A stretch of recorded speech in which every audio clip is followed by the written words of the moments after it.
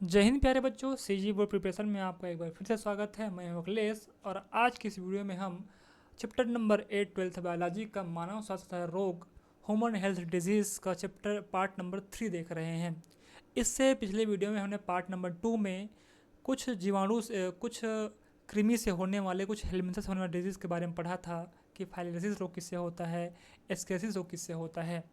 आज का जो पार्ट नंबर 3 होगा वो इस चैप्टर नंबर 8 का कुछ मोस्ट इंपॉर्टेंट क्वेश्चन को देखने वाले हैं जो आपके सीजी बोर्ड में पूछा गया था। हम छत्तीसगढ़ बोर्ड परीक्षा 2025 का क्या रिविजन कर रहे हैं। तो आज हम देखते हैं कुछ जीवाणु से होने वाले रोग के नाम, बैक्टीरियल डिजीज के बारे में पढ़ेंगे। ठीक है, फिर हम पढ़ेंगे जीवाणु से कौन सा रोग होता है, टाइफाइड होता है।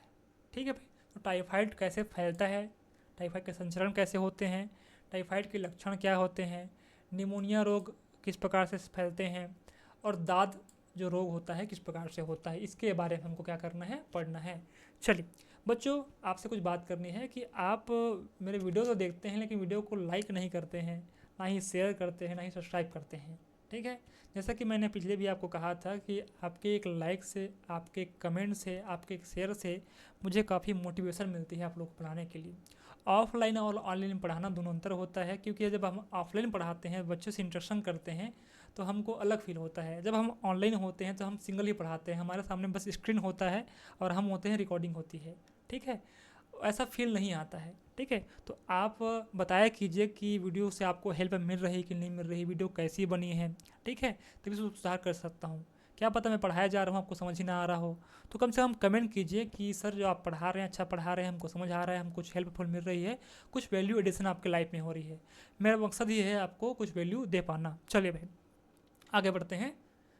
तो हम देख रहे थे चैप्टर नंबर 8 मानव स्वास्थ्य तथा रोग human health disease, part number ये 3 है। इससे पहले हमने चैप्टर नंबर 8 का 2 वीडियो डाल चुके हैं, पार्ट नंबर 1 और पार्ट नंबर 2। आप नहीं देखे हैं जाकर प्लीज़ उस वीडियो को देखिए। चलिए आज जो क्वेश्चन हम देखने वाले हैं, मानव में होने वाले 2 जीवाणु जनित रोगों के नाम, उसके कारक सहित, यानी कि जिससे रोग पैदा होता है उसके बारे में हमको पढ़ना है। ये क्वेश्चन 2021 में क्वेश्चन पूछा गया था। Right the name of any 2 bacterial diseases, यानी जीवाणु से होने वाले डिजीज के बारे में, occurring in human along with their causes. फिर नेक्स्ट क्वेश्चन है टाइफाइड रोग का संचरण कैसे होता है, यानी कि कैसे फैलता है। How is typhoid transmitted, question 2020 में क्वेश्चन पूछा गया था। प्लस तीसरा क्वेश्चन है टाइफाइड के क्या लक्षण होते हैं, write to symptoms of typhoid, 2023 में क्वेश्चन पूछा गया था। प्रश्न चौथा है निमोनिया रोग का संचरण कैसे होता है, हाउ इज निमोनिया ट्रांसमिटेड, कैसे फैलता है, कैसे संचरण इसका होता है, 2020 में क्वेश्चन पूछा गया था। और पांचवा जो क्वेश्चन है वो दाद यानी कि रिंगवर्म। ठीक है, दाद कैसे होता है, तो रोगों का संचरण कैसे होता है, इस क्वेश्चन को आपको देखना है। हाउ इज रिंगवर्म ट्रांसमिटेड, 2020 में क्वेश्चन पूछा गया है। चलिए हम पहला क्वेश्चन को पढ़ते हैं। पहला क्वेश्चन क्या है, आपको 2 जीवाणु से होने वाले रोगों के नाम लिखने हैं और कौन रोग पैदा करता है इसका कारक के बारे में हमको पढ़ना है। चलिए देखते हैं। मेरे सामने, आपके सामने लगभग 13 प्रकार के रोग हैं और उनके रोगजनक के नाम हैं। आपको केवल 2 पूछा है, 5 आपको याद करना है। क्लियर है क्या? तो प्रमुख जीवाणुजनित रोगों एवं उनके नाम, ये आपको बुक में मिल जाएगा। छत्तीसगढ़ नवबोध का जो बुक होता है 12th का, जो आप बुक रिकमेंड करते हैं। ठीक है बच्चों, आप नवबोध का बुक पढ़ा कीजिए। हालांकि आपके पास टाइम तो अभी नहीं है, लेकिन इसको पढ़ा कीजिए। ठीक है, चलिए पहला क्या है, टाइफाइड। इसी के बारे में ज़्यादा क्वेश्चन पूछते हैं, टाइफाइड के बारे में, निमोनिया के बारे में। ठीक है, बाकी इधर के बारे में ज़्यादा पूछता नहीं पूछने के लिए। चलिए टाइफाइड किससे होता है, साल्मोनेला टाइफी मोस्ट कॉमन है, इसको आप पढ़ते आ रहे हैं कि जो टाइफाइड डिजीज है, जीवाणु से होने वाला रोग है। इस रोग का कारक कौन है, रोगजनक कौन है, पैथोजन कौन है, एक जीवाणु जिसका नाम है साल्मोनेला टाइफी। इसको आपको याद करना ही करना है। चलिए इसको आप अभी याद कीजिए, साल्मोनेला टाइफी। ठीक है भाई, बोल के देखिए टाइफाइड रोग किससे होता है, मेरे साथ ही बोलिए, साल्मोनेला टाइफी। क्लियर है? दूसरा है निमोनिया। निमोनिया जो होता है जनरली बच्चों को ज़्यादा होता है। ये लंग्स से होने वाला, लंग्स से रिलेटेड डिजीज़ है जो जीवाणु से होता है। कौन सा है बताओ, इसका रोग कारक कौन है, स्ट्रेप्टोकोकस निमोनी। ठीक है भाई, स्ट्रेप्टोकोकस निमोनी एक बैक्टीरिया है। इस स्ट्रेप्टोकोकस निमोनी से निमोनिया रोग होता है। देखो नाम है निमोनिया, तो निमोनिया। फिर है डिप्थीरिया, किससे होता है, डिप्थीरिया जो डिजीज़ है किससे होता है, ये होता है कार्नी बैक्टीरियम डिप्थेरी, इससे होता है। फिर है कॉलेरा डिजीज़, किससे होता है, विब्रियो कॉलेरी। फिर है गोनेरिया, ये सेक्सुअली ट्रांसमिटेड डिजीज़ होता है एक प्रकार से, ये किससे होता है? निसेरिया गोनेरी से होता है। फिर है कोड, जिसको लिप्रेसी कहते हैं, माइकोबैक्टीरियम लेप्री से होता है। प्लेग रोग किससे होता है? ये सेर्निया, इसको हम पास्चुरेला पेस्टिस कहते हैं, इससे होता है। टिटेनस डिजीज़, ठीक है, क्लास्ट्रीडियम टिटेनी, ये बहुत कॉमन, इसको याद कर लेंगे। टिटेनस रोग इससे होता है। 2 पूछा है ना, तो टाइफाइड, निमोनिया, टिटनेस को याद रख लेना करने के लिए। अब कोड को याद करने के लिए बहुत ईजी है। फिर टीबी रोग, बहुत मोस्ट कॉमन, ट्यूबरकुलोसिस जिसको कहते हैं आप, माइक्रोबैक्टीरियम ट्यूबरकुलोसिस से होता है, इसको आप याद कर लेंगे करने के लिए। फिर है एंथ्रेक्स डिजीज़, बेसिलस एंथ्रेसिस से होता है। सिफिलिस डिजीज़, ये भी एसटीडीज रोग है, सेक्सुअली ट्रांसमिटेड डिजीज़ होता है। टिपोनिमम पैलिडियम से होता है। फिर है हुपिंग कफ, ये बार्टेडेला पर्टुसिस से होता है। फिर डायरिया डिजीज़, इश्चीरिचिया कोलाई या सिगेला डिसेंट्री से होता है। तो आपको केवल 2 पूछा है, 2 रोगों को आपको याद कर लेना है। आप टाइफाइड याद कर लीजिए, निमोनिया कर लीजिए, टिटनेस याद कर लीजिए, ट्यूबरकुलोसिस याद कर लीजिए, कॉमन को याद करना है आप लोगों को। चलिए भाई आगे बढ़ते हैं। नेक्स्ट क्वेश्चन क्या है? अब ये टाइफाइड कैसे फैलता है? How is typhoid transmitted? ये क्वेश्चन 20 में पूछा गया है, ठीक है भाई। इसके अलावा जो देखेंगे इसके लक्षण क्या हैं, टाइफाइड के लक्षण क्या होते हैं, ठीक है। टाइफाइड किससे होता है बताओ भाई? साल्मोनेला टाइफी से होता है। टाइफाइड यह गर्मी में फैलने वाला एक संक्रामक रोग है, यानी कि फैलने वाला रोग है, ठीक है। एक संक्रमण व्यक्ति से स्वस्थ व्यक्ति में फैलता है, इसे हम संक्रामक रोग कहते हैं। क्लियर है क्या? कौन है इसके रोगजनक कारक? कौन है इसके? साल्मोनेला टाइफी एक बैक्टीरिया का नाम है, ठीक है। वाहक कौन है? ये मक्खियों से फैलते हैं। क्लियर है कि फ्लाइज से फैलने वाले हैं, ये वाहक हो गया। लक्षण क्या क्या होते हैं? बदन और सिर में तेज दर्द होता है, बॉडी एंड हेड पेन करता है। पहला लक्षण यह हो गया। देखो ये जो एक फीमेल, अब ये जो एक पर्सन दिख रही है देखने के लिए, ठीक है, इसके सिर में बहुत पेन हो रहा है, बॉडी पे पेन हो रहा है। बुखार 101 फ़ारेनहाइट तक चलता है, फीवर अब 101 फ़ारेनहाइट के आसपास होता है। नाड़ी की जो गति होती है वो धीमी हो जाती है, यानी जो पल्स रेट होता है, पल्स ऐसा हो जाता है, स्लो हो जाता है। मोती के समान, यानी कि पियर्स, जो पियर जो होता है उसके समान चमकीले दाने के समान हो जाता है बॉडी पर। बुखार जो होता है वो एबनॉर्मल रूप से ये बढ़ जाता है, असाधारण रूप से करता है, ये बढ़ जाता है बढ़ने के लिए। होंठ और जो जीवा होती है, यानी लिप्स और जो आपके टंग्स होते हैं, वो उसमें पपड़ी जम जाती है, crusting on lips and tongue. Clear है? जो कब इसमें क्या होगा, कब जगह शिकायत होता है? Complain on constipation. कॉन्स्टिपेशन का मतलब होता है कि जब के मल हैं वो रुक रुक कर होते हैं, इसको हम कॉन्स्टिपेशन कहते हैं, कब्ज कहते हैं। आंतों में क्या होता है? जो इंटेस्टाइन में रक्त निकलता है, जो इंटेस्टाइन में ब्लीडिंग होने शुरू हो जाती है। आप देख पा रहे हैं, इस प्रकार से ये लक्षण हो गए और संरचना आपको समझ आ गया, ठीक है भाई। चलिए आगे बढ़ते हैं। क्या रोकथाम है, कैसे हम टाइफाइड को रोक सकते हैं? तो रोगी को क्या करना है? हमको हवादार और रोशनी युक्त कमरे में रखना है, यानी कि ऐसा कमरा हो जहाँ पर क्या हो भाई, अच्छे से क्या हो, लाइट पड़ती हो, अच्छे से हवा आती हो, ठीक है, ऐसे रूम में रखना है। हालांकि एकदम से हम ऐसे रूम नहीं रहते हैं, क्योंकि काफ़ी रिच लोगों का जगह है रहने के लिए। हम कॉमन लोग हैं, मिडिल क्लास लोग हैं, तो हमारे घर में जो रोशनदान होगा, लाइट की अच्छी व्यवस्था होगी, ऐसी जगह पर हमको रहना चाहिए।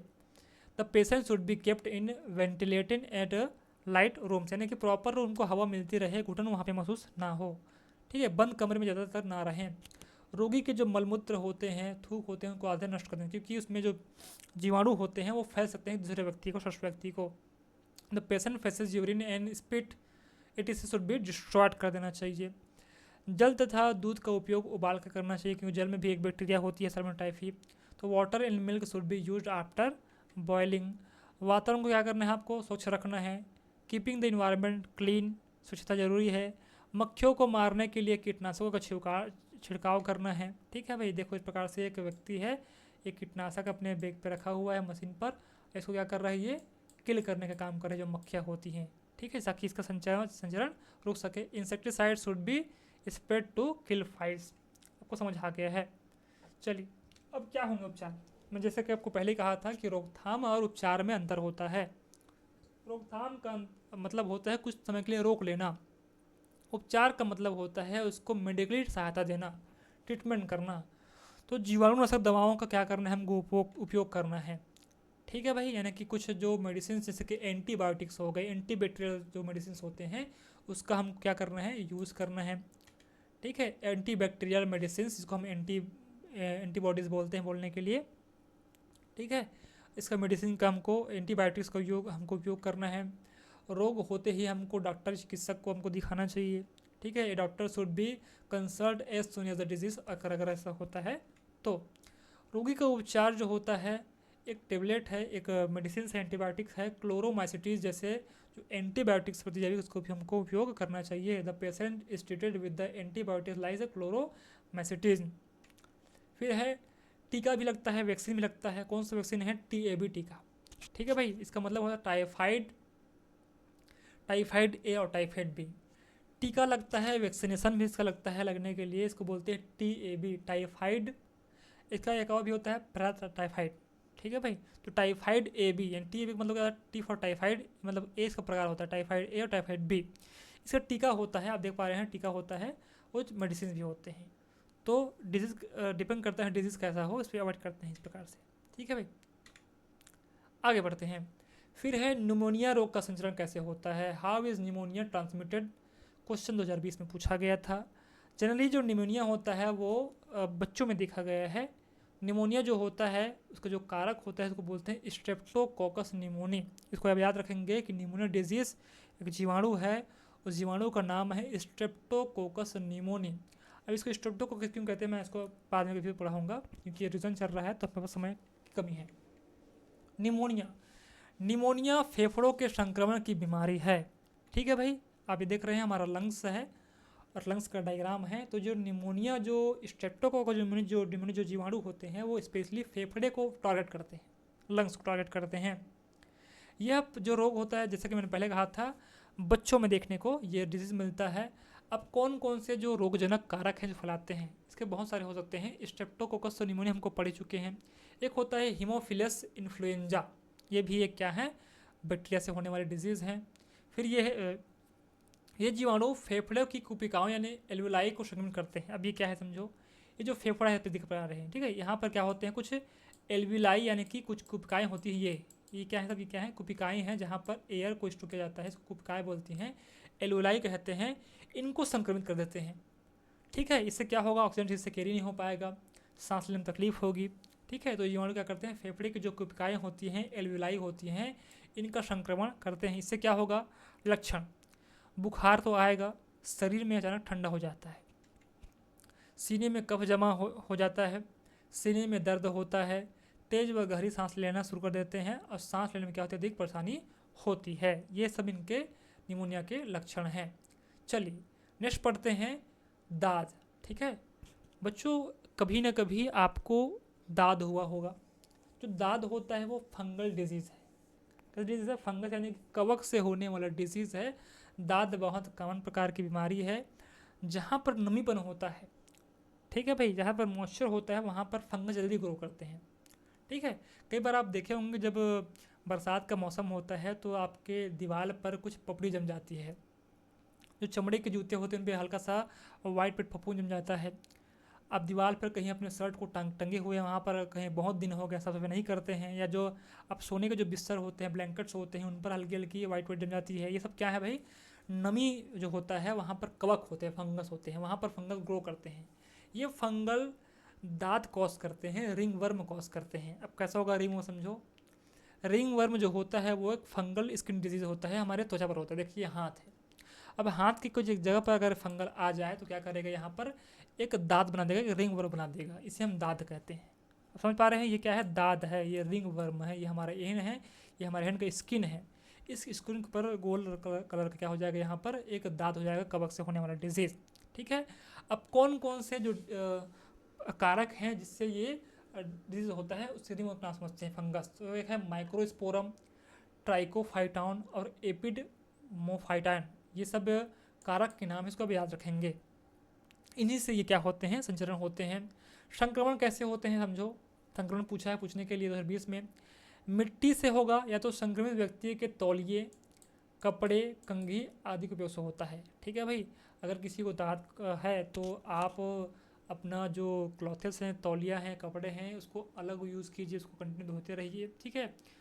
एक व्यक्ति का तौलिया को दूसरा व्यक्ति उस वक्त उसका यूज़ ना करे, क्योंकि हो सकता है वो जो फंगस है इस व्यक्ति को, संक्रमित व्यक्ति को हुआ है, किसी उस व्यक्ति को हो जाए। तो कपड़े, तौलिए, कंघी जो यूज़ के सामान को पास में अपने रखने हैं। मोस्ट ऑफ से फैलता हुआ है, मिट्टी से फैल सकता है। It is spread through soil और by using towel, clothes and combs its of infected person. इसका आपको विशेष ध्यान रखना है। अब लक्षण क्या है सब चीज़ों के, कैसे समझाया दाद हो गया है। जो अब स्किन होती है, ठीक है भाई, जो नाखून हमारा होता है वो सूखा हो जाएगा, इसमें हल्का सा धब्बा होगा, इस प्रकार से देख पा रहे हैं, ये आपको हल्का सा धब्बा दिख रहा है। Dry scaly spots appear on the skin and nails. हमारे जो नाखून होते हैं, जो स्किन होते हैं, यहाँ पर हल्का हल्का क्या होगा, स्पॉट्स अपीयर हो जाते हैं कुछ इस प्रकार से आप देख पा रहे हैं, ठीक है। इसको हम कहते हैं रिंगवर्म हो जाना। फिर इन धब्बों में क्या होगा, तेज खुजलाहट होती है। This is severe itching in this spots, ठीक है। जो वहाँ पर जो फंगल स्पीसीज होती है वहाँ पर इचिंग होती, खुजलाहट वहाँ पर होती रहती है।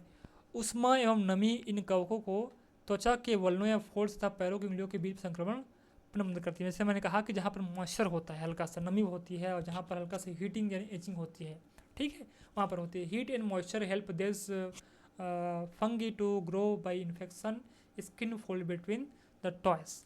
क्लियर है क्या? चलिए, तो थैंक यू वेरी मच यहाँ तक आने के लिए।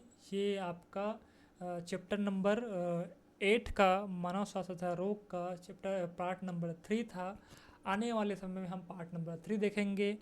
वीडियो को देखने के लिए धन्यवाद। अगर आपको इस वीडियो का PDF चाहिए तो आप मेरे टेलीग्राम चैनल पर जाकर सर्च करेंगे। बच्चों, आपको अगर पता नहीं टेलीग्राम क्या है तो व्हाट्सअप की तरह एक ऐप होता है। आप उसमें कहाँ जाएंगे, प्ले स्टोर पर जाएंगे। प्ले स्टोर पर जाने पर आपको टेलीग्राम लिखेंगे तो वहाँ पर सर्च हो जाएगा। आपको अकाउंट बना लेना है बनाने के लिए। अगर नहीं है तो कुछ नहीं करेंगे, आप जाएंगे मेरे चैनल के डिस्क्रिप्शन बॉक्स पर, वहाँ पर टेलीग्राम करके लिंक दिखा होगा, वहाँ पर जाकर आप क्लिक करेंगे, आपको डायरेक्ट ला देगा कहाँ पर, टेलीग्राम पर। आपको डाउनलोड कर लेंगे, चैनल का ज्वाइन कर लेंगे। वहाँ पर मैं PDF अपलोड कर दूंगा, CG बोर्ड प्रिपरेशन करके चैनल का नाम है वहाँ पर, ठीक है। वहाँ पर PDF आपको मिल जाएगा, PDF को आप डाउनलोड कर लेंगे, इसको प्रिंट निकाल के इसको पढ़ते रहेंगे आप, ठीक है, आपकी मर्जी है। उसके अलावा आप व्हाट्सएप लाते हो, व्हाट्सअप उस पर एक मेरा चैनल है, चैनल का नाम है क्या है, CG बोर्ड प्रिपरेशन। आप वहाँ जाकर फॉलो कर लेंगे, इसका लिंक मैं डिस्क्रिप्शन बॉक्स में आपको दे दूँगा, ठीक है। बच्चों, अगर आप मेरे चैनल को सर्च करेंगे यूट्यूब पर, सर्च बॉक्स पे जाएंगे वहाँ पर, तो आप लिखेंगे @ थोड़ा स्मॉल में रहेगा और बिना किसी स्पेस दिए CG बोर्ड प्रिपरेशन लिखेंगे तो डायरेक्ट मेरा चैनल खुल जाएगा। थैंक यू www.freepik.com पिक्सा पे, और thank you Nabodh book 12th biology. मिलते हैं पार्ट नंबर 2 पर, तब तक के लिए धन्यवाद। सॉरी, पार्ट नंबर 3 पर।